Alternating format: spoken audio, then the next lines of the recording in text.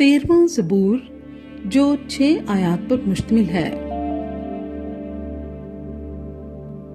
मीर मुगन्नी के लिए दाऊद का मज़मूर। ऐ खुदावंद, कब तक?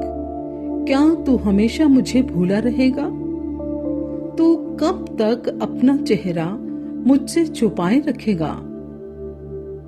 कब तक मैं जी ही जी में मंसूबे बांधता रहूं और सारे दिन अपने दिल में गम किया करूं?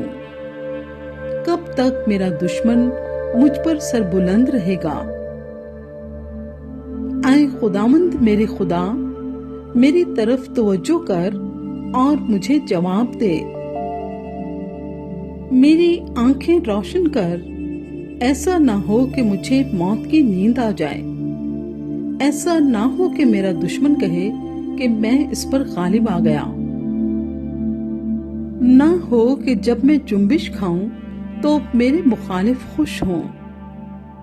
लेकिन मैंने तो तेरी रहमत पर तवक्कुल किया है। मेरा दिल तेरी नजात से खुश होगा। मैं खुदावंद का गीत गाऊंगा, क्योंकि उसने मुझ पर एहसान किया है।